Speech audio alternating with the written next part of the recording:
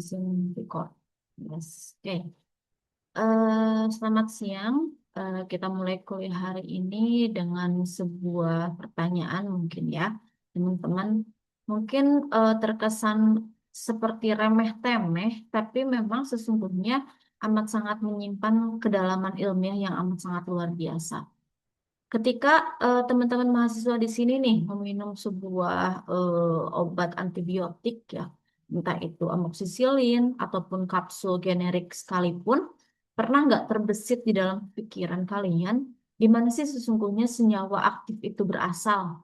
Ya, ketika kalian membeli suatu suplemen, contohnya lah ya, spirulina nih di apotek. Kira-kira ada makhluk hidup apa sih yang ada di dalam spirulina tersebut?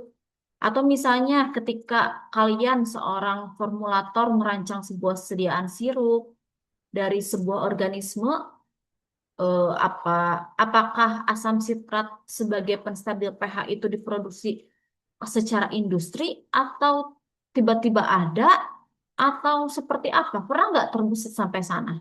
Atau hanya misalnya Emil makan obat antibiotik nih, ya udah Bu, yang penting saya sembuh tanpa harus memikirkan ini dari mana, dapatnya bagaimana.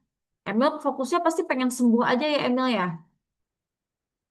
nggak sampai berpikir apa sih namanya, ini bahan aktifnya belinya di mana, tahu-tahu industri membuat aja. Ya rata-rata kita juga kita terutama ibu juga kadang suka berpikir gitu, yang penting kita sehat tanpa harus memikirkan bahan aktif ini dapatnya dari mana. Nah, jawaban dari semua pertanyaan itu ternyata mengarah pada satu kelompok besar tumbuhan yang sering dianggap remeh karena tidak berbunga dan tidak berbiji, di mana kelompok tersebut disebut dengan Cryptogamae atau sering kita kenal dengan nama tumbuhan tingkat rendah. Oke ya, jadi di pertemuan kali ini kita akan membedah kelompok tumbuhan ini secara sistematik, mulai dari posisi mereka dalam sistem klasifikasi botani, kemudian karakteristik morfologi tiap divisi, siklus hidup yang amat sangat unik ya, hingga aplikasi konkretnya dalam ilmu kefarmasian. Tujuannya bukan sekadar hafalan taksonomi aja, teman-teman, melainkan agar teman-teman semua dapat memahami mengapa sih pengetahuan tentang tumbuhan tingkat rendah atau kriptogamae ini adalah fondasi yang tidak bisa diabaikan oleh seorang farmasis, ya. Oke. Kita mulai dari fondasi historis terlebih dahulu. Di tahun 1887, ya, seorang botanis Jerman bernama August Wilhelm Eicher atau sering dikenal dengan Eichler, ya. Dia ini menerbitkan sistem klasifikasi tumbuhan yang menjadi tonggak penting dalam sejarah botani, di mana Eichler ini membagi seluruh dunia tumbuhan atau Regnum plantae ke dalam dua kelompok besar, berdasarkan satu kriteria yang sangat mendasar, yaitu adalah cara reproduksinya. Nah, kita sudah membahas nih tentang apa namanya Phanerogamae kemarin ya, tumbuhan tingkat tinggi. Ya, nah untuk yang sekarang kita bahas tentang Cryptogamae. Di mana Cryptogamae ini adalah tumbuhan yang cara reproduksinya tersembunyi atau tidak menggunakan biji. Di mana kata kripto ini berarti tersembunyi ya.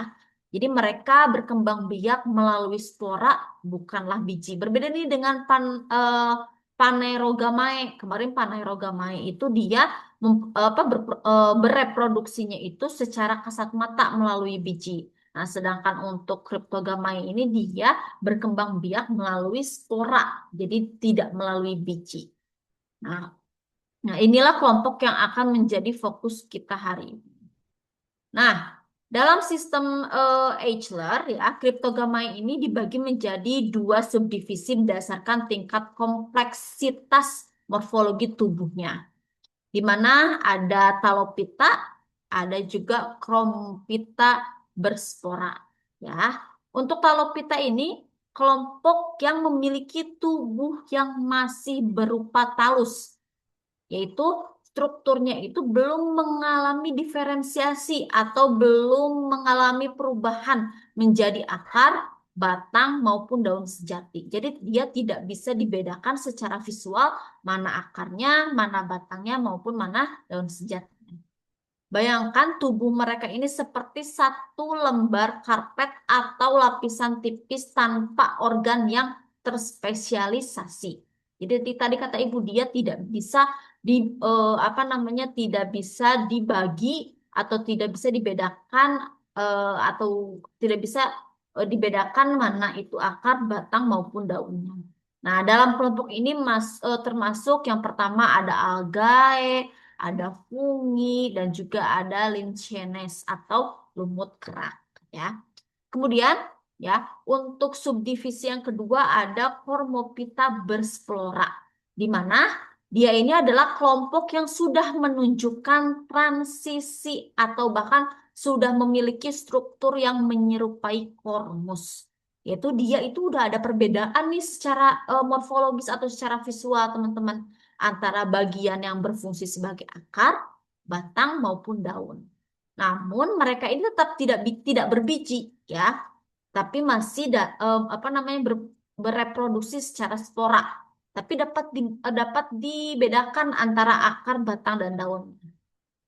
Nah, dalam kelompok ini mencangkup ada Bryophyta atau lumut sejati dan juga Pteridophyta atau paku-pakuan ya. Nah, mengapa sih pembagian ini penting Ibu ya di untuk seorang farmasi? Karena pola morfologi tubuh suatu organisme ini sangat menentukan bagaimana kita dapat memanen sebuah simplicia yang berasal dari tumbuhan tingkat rendah.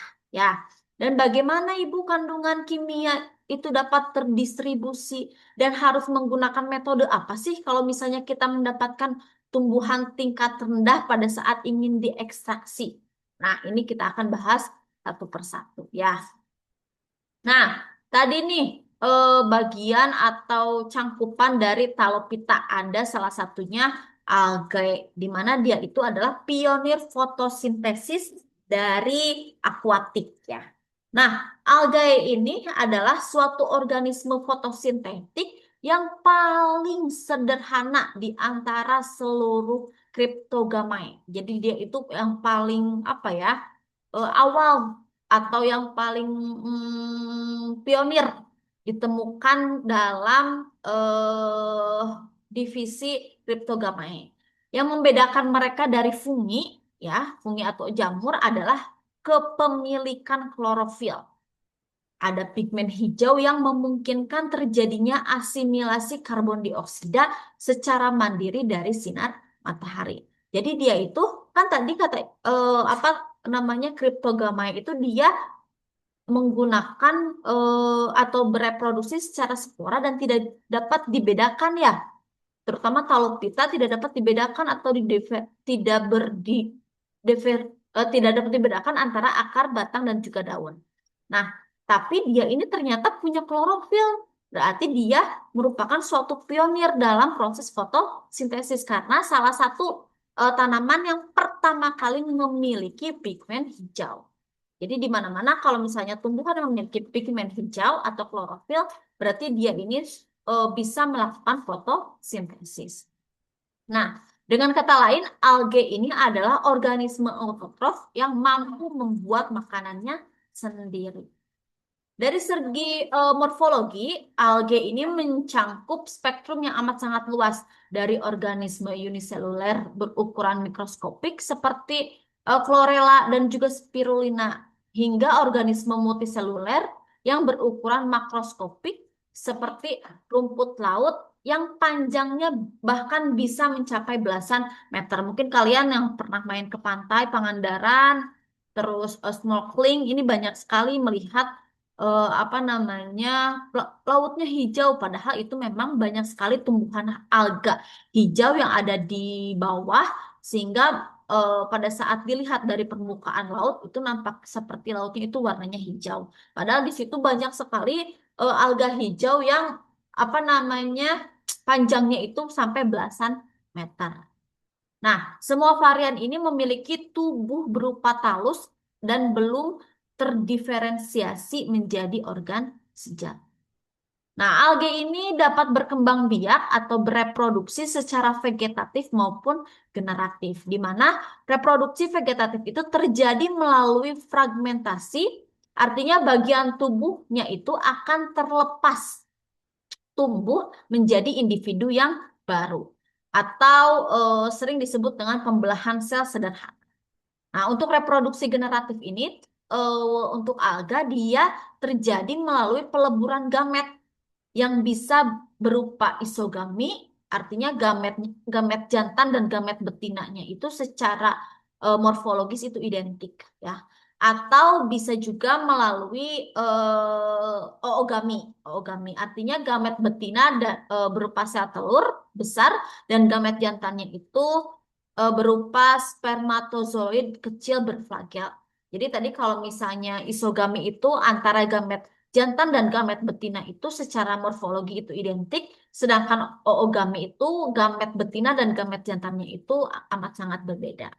Lalu habitat dari alga ini didominasi oleh lingkungan akuatik. Jadi rata-rata dia itu adanya atau hidupnya di akuatik. Artinya dia bisa hidup di air tawar maupun hidup di air laut.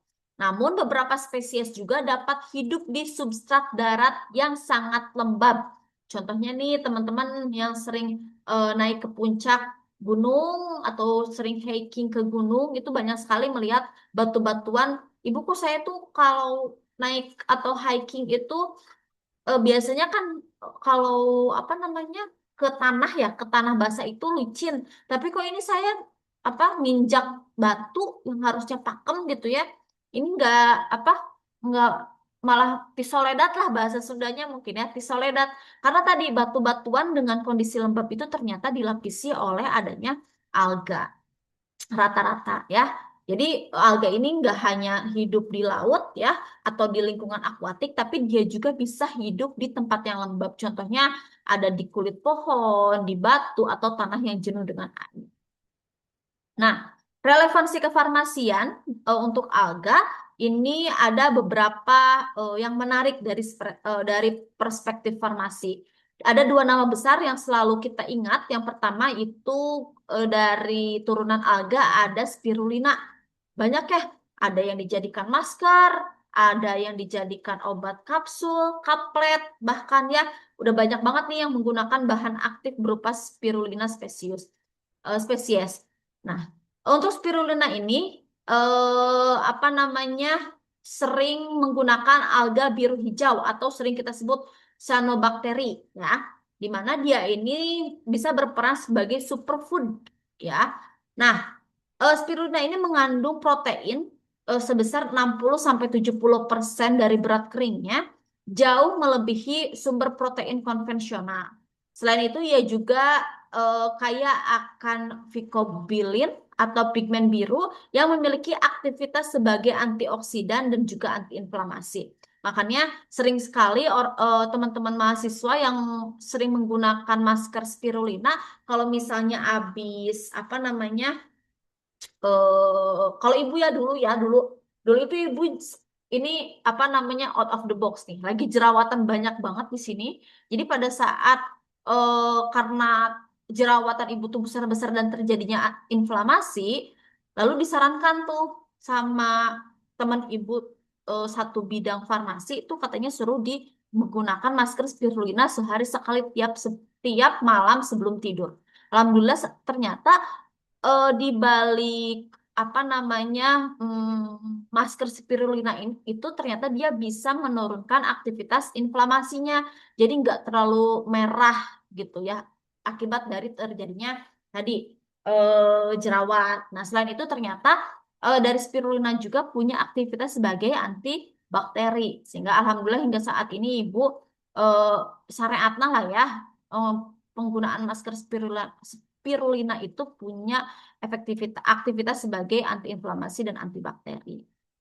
Nah, ada juga yang sering kita dengar nih alga merah atau Gelidium spesies di mana dia ini merupakan sumber utama agar-agar dalam konteks farmasi agar bukan hanya sekedar bahan makanan, tapi juga dia bisa digunakan sebagai basis suspensi, kemudian pengikat sediaan padat, dan yang paling krusial adalah dia biasanya digunakan untuk pertumbuhan bakteri, kayak nutrien agar, mungkin kalian sering pakai ya, atau MHA.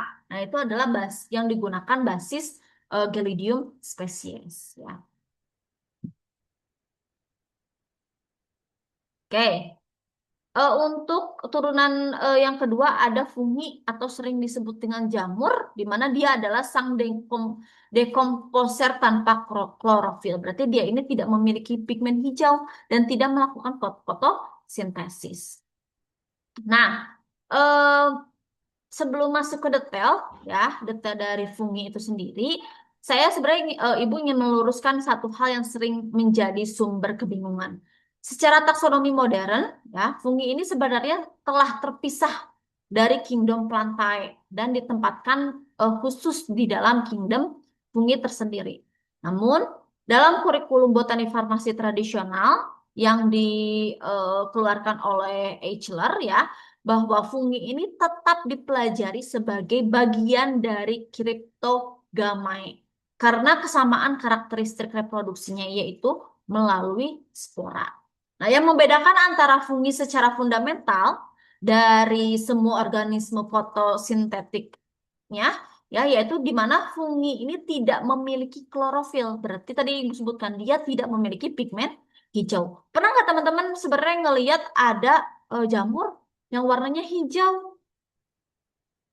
Tidak kan ya? Pasti rata-rata itu kita melihat fungi atau jamur itu warnanya beige ya, warnanya coklat atau bahkan hitam ke coklat-coklatan gitu ya.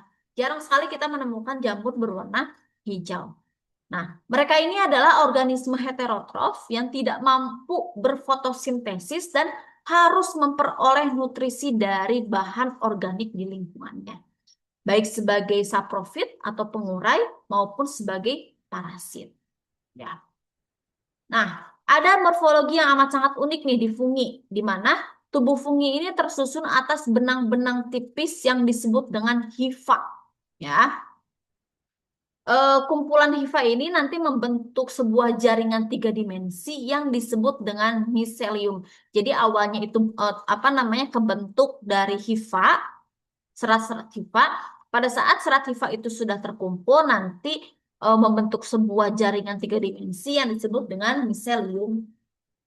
Nah, itulah yang kita lihat sebagai kapang atau jamur dalam kehidupan sehari-hari. Salah satu ciri pembeda yang amat sangat penting secara biokimia, di mana fungi ini memiliki dinding sel yang tersusun dari kitin, bukan selulosa seperti pada tumbuhan hijau. Nah, ini memiliki implikasi besar dalam metabolisme dan respon terhadap antifungi. Reproduksi dari fungi itu melalui spora, baik secara seksual maupun aseksual, di mana spora seksual ini mencangkup zigospora, ya, akso, akospora, ya, dan kemudian ada juga basidiospora, basidiospora. Nah, spora aseksual yang paling dikenal adalah conidia, yaitu spora yang membentuk di ujung hifanya ada conidiofor tanpa melalui proses fusi gamet. Ya. Relevansi kefarmasian ada tiga nama legendaris di apa turunan Talopita fungi ini, ya, ada Penicillium notatum, di mana fungi ini pernah ditemukan di tahun 1928 secara tidak sengaja oleh Alexander Fleming. Mungkin kalian sering banget nih apa namanya dibahas ya di farmasi klinis tentang ini, bahwa Penicillium species ini menghasilkan suatu senyawa yang membunuh bakteri Staphylococcus di cawan Petrinya. Jadi ditemukannya pada saat dia masuk lab, terus melihat kok kira ini ada apa ya jamur yang terbentuk, ternyata itu apa namanya dicek ada Penicillium spesiesnya gitu. Dan itu adalah salah satu senyawa yang kita sering kenal sebagai penisilin, antibiotik pertama dalam sejarah umat manusia. Ya, sampai sekarang masih digunakan. Ada juga Aspergillus oryzae, di mana dia ini sebagai pabrik enzim hidup. Dimanfaatkan dalam bidang bioteknologi industri untuk produksi berbagai enzim seperti amilase, protease, dan juga lipase yang digunakan dalam industri makanan dan juga farmasi. Ada juga Ibu, maaf. iya, kenapa? Suaranya keputus-putus, Ibu. Oh iya, maaf, maaf. Apakah sudah jelas? Sudah jelas Eh, belum? iya udah, Ibu. Sudah ya. Oke. Ibu lanjutkan ya. Ada juga Saccharomyces spesies ya. Biasanya Saccharomyces spesies ini digunakan untuk ini pembuatan roti. Roti dari apa roti? Ayo, yang sering makan roti, roti itu terbuat dari apa ya? Ada yang tahu roti terbuat dari apa? Halo? Roti terbuat dari apa, teman-teman?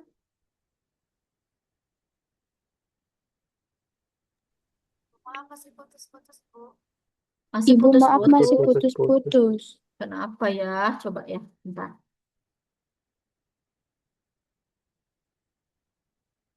Hmm.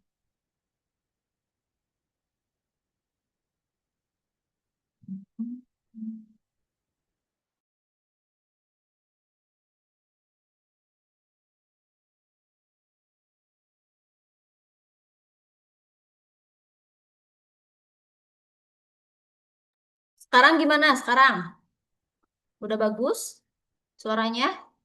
Udah, Ibu. Oke, kita ulang lagi ya. Kalian pernah makan roti nggak? Pernah, Ibu. Nah, Ivan pernah, cenah. Soalnya Ivan sering ini nih, ingin menyerupai orang-orang luar negeri ya, Van. Bikin sandwich ya, Van. Van, kira-kira kalau roti terbuat dari apa, Van? Dari gandum, Ibu, Terus, masa gandum pungkul. air, Heeh, terus, garam. ada Buat ngebantu komponen utama pembuatan roti apa? apa, Ibu? Ragi, Ibu? Atau Ivan tahu nggak ragi dari apa? ragi itu fungi buat apa, Bu? Yes, dari jamur, salah satunya jamur jenis Saccharomyces cerevisiae ya atau Saccharomyces species. Itu salah satu ragi yang ternyata dia itu bukan hanya untuk pembuatan roti, tapi juga digunakan untuk membuat minuman fermentasi. Ya, oke, kita lanjutkan ke jenis yang lain. Ada linsenis, yaitu simbiosis mutualisme alami. Apa sih, Bu? Lisenes itu, lisenes itu adalah organisme yang secara biologis ya, ia itu bukan hanya satu spesies tunggal, melainkan merupakan asosiasi simbiosis permanen antara dua organisme yang berbeda kingdom. Komponen pertamanya adalah mikosimbion, yaitu fungi yang biasanya dari divisi Ascomycota yang membentuk sebuah struktur tubuh miselium, di mana dia ini berfungsi untuk menahan air, menyerap mineral dari substrat, dan memberikan perlindungan secara fisik. Ya, nah, komponen yang kedua adalah fikosimbion, yaitu di mana alga yang biasanya digunakan cyanobactery atau chlorophyta yang hidup terselubung di dalam jaringan miselium yang berfotosintesis dan menyediakan nutrisi organik untuk keduanya. Ya, jadi lisenes ini ternyata terbentuk atas dua divisi, divisi fungi dan juga divisi alga. Jadi dia merambat seperti alga ya, tapi nempel di pohon seperti fungi. Makanya dia terbentuk atas dua komponen atau dua divisi. Nah, hubungan ini adalah salah satu contoh sempurnanya mutualisme di mana kedua pihak itu dua-duanya diuntungkan, baik itu dia menempel pada saat si Linsenus ini menempel pada pohon, pohonnya ini dia memiliki keuntungan, Lisenesnya sendiri juga memiliki keuntungan, ya, di mana funginya ini mendapatkan glukosa dari fotosintesis, ya, sedangkan alga algae-nya ini mendapat perlindungan dan akses mineral dari jaringan bumi. Yang mana hasilnya adalah organisme komposit yang mampu hidup di lingkungan yang tidak mungkin ditoleransi oleh salah satu komponennya secara terpisah. Secara karakteristik ekologis, ya, Lichenes ini sungguh amat sangat luar biasa, di mana mereka dapat ditemukan di puncak gunung berselimut salju. Jadi kalau misalnya nanti Maya naik gunung ya Maya, di puncak gunung yang main tuh ke puncak gunung yang ada saljunya, nanti bakal ketemu sama Lichenes ya. Nah, atau juga bisa ditemukan di padang gurun yang kering, ya, atau misalnya di batuan tanpa tanah maupun di kulit pohon di hutan tropis yang lembab. Karena dia ini amat sangat sensitif terhadap polutan udara, khususnya sulfur dioksida, Lichenes ini digunakan secara luas sebagai bioindikator kualitas udara. Jadi kalau misalnya ternyata Lichenes ini, misal ya, siapa di sini ini tuh nggak pada on cam ya, Meta Neng Sinta. Nah, misalnya Sylvie Eka tuh main tuh ke mana?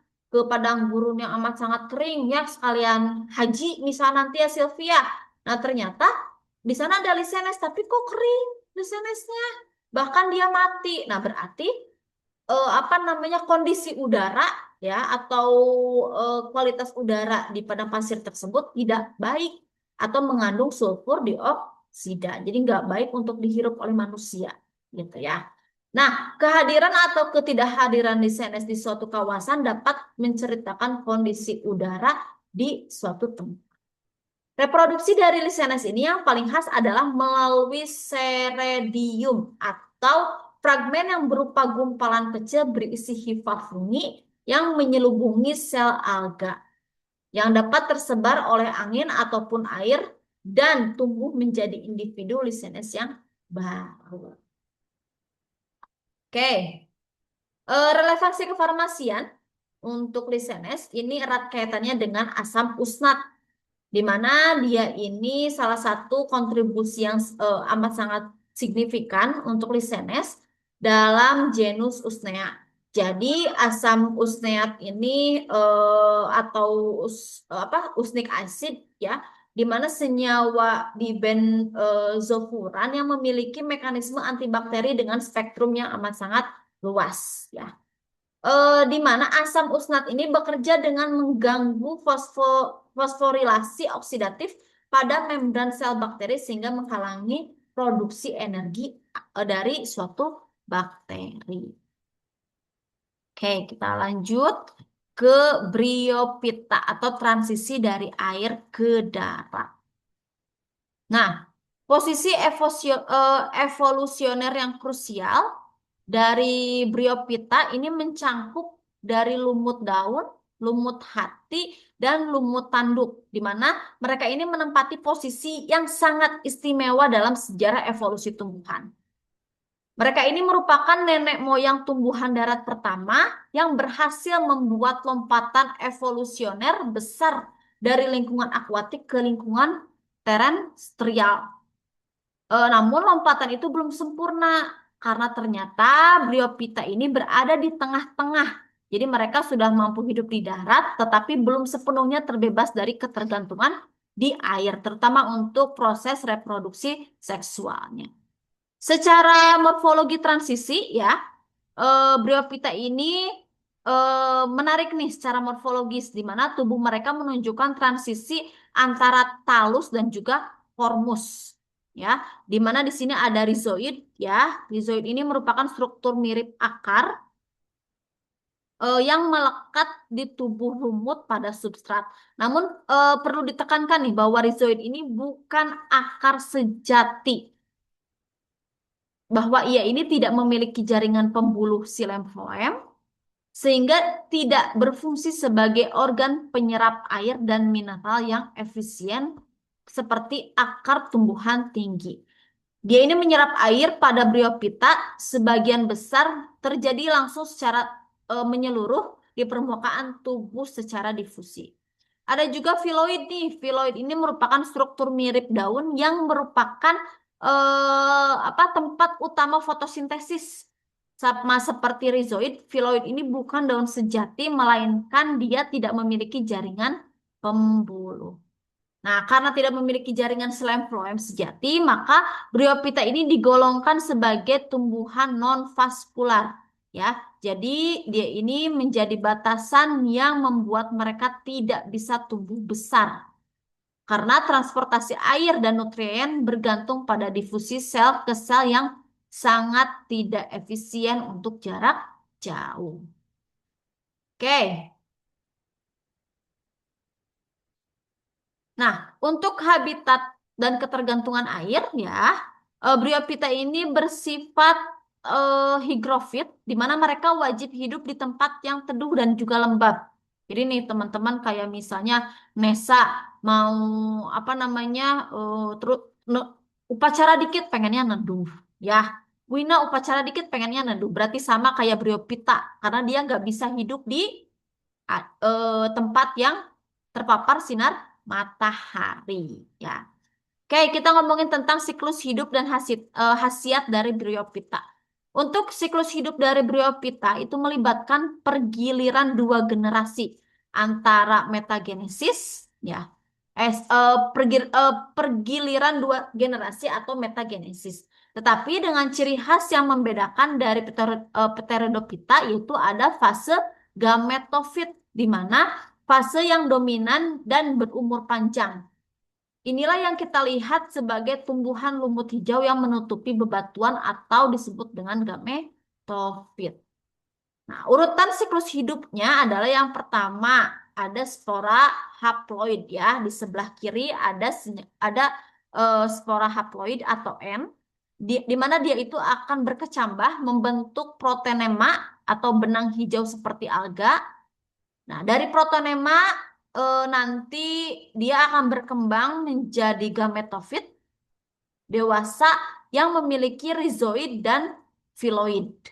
Nah, nanti dari gametofit nanti dia menghasilkan antheridium atau organ penghasil spermatozoid jantan dan archegonium atau organ penghasil sel telur betina. Nah, dari spermatozoid berflagel kemudian nanti berenang di air ya menuju ke archegonium untuk membuahi sel telur. Jadi ini tuh sama kayak manusia, teman-teman, sama amat sangat persis dengan manusia. Jadi di sini ada spermatozoid yang nanti dia berenang-berenang di air ketemu sama sel telur betina atau archegonium. Nanti dia akan menghasilkan zigot ya, zigot diploid atau 2N yang berkembang menjadi sporogonium yang menumpang di atas gametofit. Nah, sporogonium inilah yang membentuk sporaginium yang menghasilkan spora haploid melalui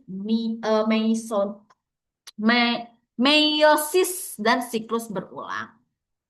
Oke, kita masuk ke relevansi kefarmasian dari Bryophyta. Jadi lumut hati ini adalah spesies Bryophyta yang paling banyak diteliti secara farmakologi. Tumbuhan ini mengandung bisbibenzil dan juga flavonoid dalam konsentrasi yang cukup tinggi. Nah, secara farmakologi, senyawa-senyawa ini terbukti memiliki aktivitas antiinflamasi dan hepatoprotektif, yaitu melindungi jaringan hati dari kerusakan. Yang paling menarik dari sisi etnobotaninya adalah ada doktrin tanda, di mana sebuah konsep kuno yang menyatakan bahwa bentuk tumbuhan mencerminkan kegunaannya. Ya, tadi lumut hati itu memiliki bentuk talus yang menyerupai lobus hati manusia. Makanya dia punya aktivitas sebagai hepatoprotektif. Oke, masuk ke Pteridophyta ya atau pionir jaringan pembuluh. Jadi ini salah satu yang tadi pionir fotosintesis ya untuk alga. Nah, kalau Pteridophyta ini suatu pionir jaringan pembuluh. Nah, jika Bryophyta tadi mewakili transisi dari air ke darat yang belum sempurna, maka Pteridophyta ini mewakili lompatan evolusioner yang jauh lebih besar, di mana mereka ini tumbuh berspora pertama yang berhasil mengembangkan sistem jaringan pembuluh sejati, yaitu dia memiliki xilem untuk mengangkut air dan mineral, serta floem untuk mendistribusikan hasil fotosintesis. Inovasi vaskular ini mengubah segalanya dengan adanya pembuluh yang efisien. Tumbuhan tidak lagi terbatas oleh difusi sel ke sel yang lambat, tapi adanya transportasi air dan nutrisi bisa berlangsung pada jarak yang jauh, ya, yang memungkinkan pertumbuhan bisa jauh lebih besar dan lebih tinggi, serta adanya kolonisasi habitat darat yang lebih beragam. Oke, untuk secara morfologi kormus sejati, Pterodophyta ini memiliki 3 organ utama, yaitu ada akar, batang, dan juga daun. Di mana akarnya ini berbeda dengan diozoid bryophyta.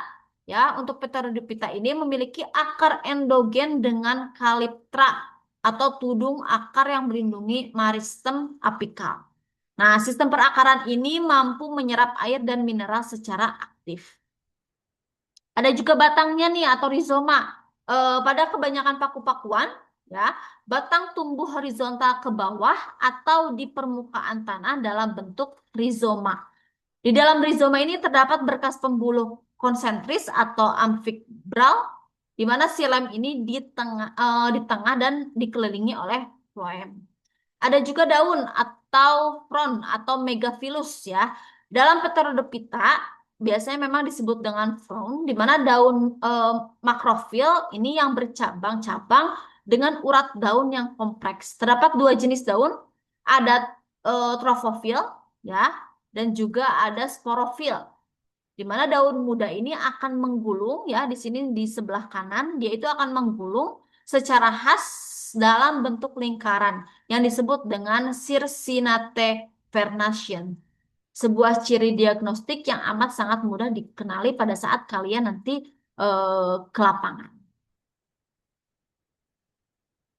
Nah, untuk klasifikasi Pterodophyta itu ada 4 kelas. Yang pertama ada paku purba, ada paku ekor kuda, kemudian ada paku sejati. Kayak yang pertama ada Psilopythinae, ya, atau paku purba, di mana kelas ini paling primitif dan sebagian besar sudah punah. Jadi bukan nggak akan kita bisa ini ya cari. Jadi memang karena sudah punah, maka dia ini amat sangat susah untuk ditemukan. Nah, anggota fosil seperti Rhynia tidak memiliki daun ataupun akar sejati. Jadi hanya batang saja yang dilihat secara visual. Gitu. Nah, mereka ini adalah sebuah bukti hidup tentang bagaimana bentuk tumbuhan pertama di darat terlihat. Ada juga eh, Lycopodinae atau paku kawat, ya, di mana dia ini memiliki daun mikrofil, berarti daunnya itu kecil-kecil seperti sisik tanpa percabangan urat daun yang kompleks. Sporofil tersusun dalam strobilus berbentuk kerucut di ujung batang.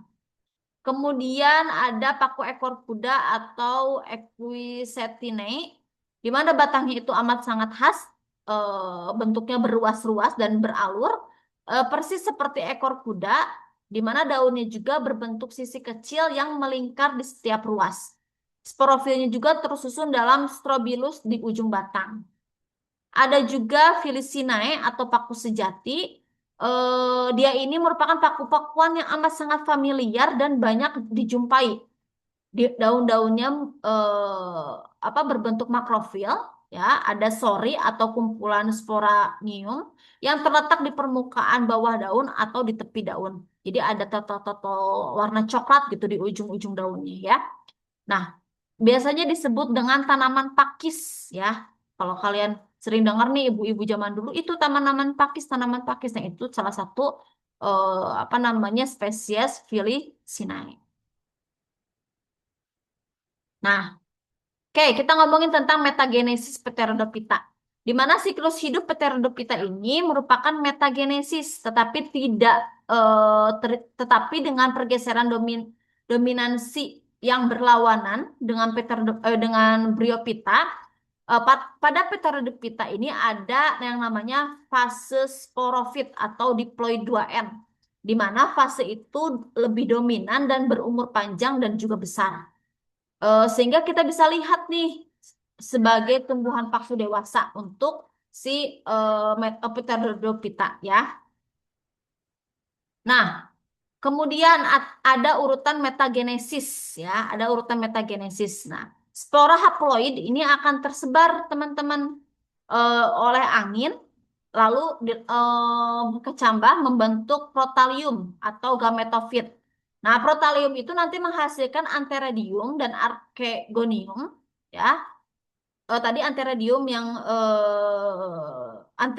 itu yang jantan, sedangkan yang archegonium itu yang betina ya. Kemudian terbentuklah spermatozoid yang berenang ke archegonium dan membuahi sel telur. Sekali lagi, proses ini masih butuh air karena tadi ya spermatozoid itu harus berenang ke archegonium ya untuk membuahi sel telur. Nah, pembuahan menghasilkan zigot 2M yang tumbuh menjadi sporofit dewasa atau tumbuhan paku yang sering kita kenal. Nah, penting juga untuk dibedakan antara paku homospor dan juga paku heterospor. Kalau paku homospor itu menghasilkan satu jenis spora yang identik. Contohnya tadi Filicinae, ya. Kalau paku heterospor itu menghasilkan dua jenis spora. Ada makrospora, ya, makrospora betina, ada makrospora dalam bentuk jantan. Kalau yang betina itu besar, kalau yang jantan itu kecil, ya. Lalu relevansi kefarmasian dari Pteridophyta, ya. Ada bentar. Oke. Ada Lycopodium clavantum atau paku kawat, di mana sporangiumnya menghasilkan spora yang amat sangat seragam dan memiliki sifat hidrofobik yang ekstrim. Ada juga paku ekor kuda, tadi ada gambarnya ya di sini ya. Nah, paku ekor kuda. Nah, dia ini batangnya mengakumulasi asam silikat dan kalium dari tanah dalam jumlah tinggi. Dalam Farmakope Herbal atau FHI yang edisi 3, dia ini disebut dengan equisentum yang digunakan sebagai obat diuretik ringan dan suplemen untuk regenerasi jaringan ikat sendi dan rambut. Ya. Oke, kita masuk ke apa namanya sintesis evolusi, di mana adanya matrik karakteristik kriptogram. Nah, di sini ada tabel nih, kelompok alga, fungi, lisenes, bryophyta, dan pteridophyta. Baik itu dari struktur tubuhnya, jaringan pembuluhnya, fase dominannya, dan karakter kuncinya. Nah, apabila kalian baca dari tabel tersebut ya, kita lihat nih, ada sebuah narasi evolusi yang indah. Dari organisme yang sederhana, sorry teman-teman,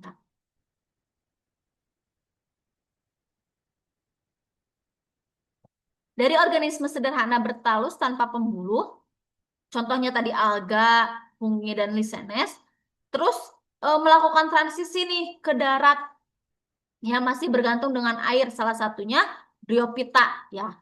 Lalu dari bryophyta ini berubah menjadi kormus sejati dengan sistem vaskular yang membebaskan dari ketergantungan air untuk transportasi. Salah satunya yaitu pteridophyta. Nah, setiap baris mewakili satu langkah dalam perjalanan evolusi yang panjang menuju pertumbuhan darat yang lebih kompleks ya. Nah, ini adalah salah satu aplikasi farmasi. Di sini ada spirulina, di mana spirulina ini tadi sudah Ibu sebutkan, dia digunakan sebagai nutrasetika atau suplemen kesehatan ya, tapi dia punya efek dalam mencegah suatu penyakit dan juga suplemen.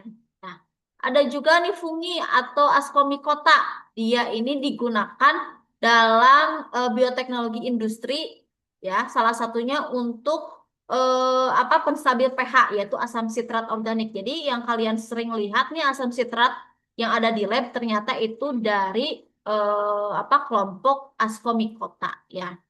Ada juga nih usnea tadi asam usnat ya. Dia ini memiliki mekanisme antibakteri spektrum luas dengan komponen wajib dalam ramuan herbal tradisional. Salah satunya yaitu tinktur kayu angin. Ada juga Bryophyta atau Marchantia polymorpha. Nah, dia ini ternyata penghasil flavonoid dan bisbenzil, ya. Dia karena tadi kata ibu bentuknya seperti hati, ya. Apa namanya, bentuk dari tumbuhan tingkat rendah itu sama seperti aktivitasnya biasanya. Jadi dia punya aktivitas sebagai hepatoprotektor karena bentuknya seperti hati. Kemudian ada juga paku kawat, ya. Dia ini digunakan untuk serbuk penyalut pil agar sediaan tidak mudah lengket, ya. Jadi kudu bilang makasih ya pada penemu paku kawat. Kalian kalau bikin tablet, ya, nanti di apa namanya, mata kuliah sediaan solid, nah ternyata si penyalut pilnya itu berasal dari paku kawat, ya. Ada juga paku ekor kuda di mana dia mengakumulasikan asam silikat dan kalium dari tanah yang digunakan sebagai agen diuretik ringan.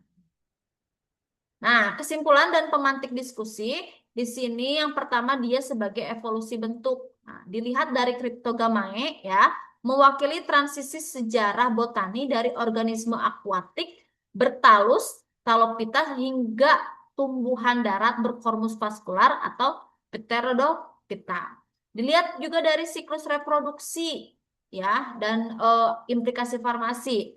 Kita lihat pemahaman tentang metagenesis, khususnya kapan fase gametofit versus sporofit yang dominan, dan kapan sporangium matang menghasilkan sporanya. Di sini ada pengetahuan kritis untuk menentukan waktu panen biomasa simplis yang tepat. Memanen di fase yang salah berarti kandungan senyawa aktifnya tidak akan optimal. Nah, ini buat diskusi aja, diskusi kalian. Yang pertama, mengapa secara evolusi fase sporofit menjadi lebih dominan pada Pterodophyta dibandingkan dengan Bryophyta? Yang kedua, tantangan teknis apa nih yang mungkin dihadapi formulator saat mengekstraksi senyawa dari organisme simbiosis seperti Lisenes? Ya, ini bisa dibuat nanti portofolionya, jawabannya dalam bentuk paper ya teman-teman ya. Paper Canva. Di Canva kan sekarang ada ukuran A4, silakan didesain sebaik mungkin. Nanti ibu buka akses G Drive-nya kembali, kalian nanti dapat apa namanya, G Drive, sorry, G-Form-nya kembali. Nanti kalian bisa mengupload hasil paper diskusi minggu ini tentang tumbuhan tingkat rendah. Oke, sampai sana ada yang ditanyakan?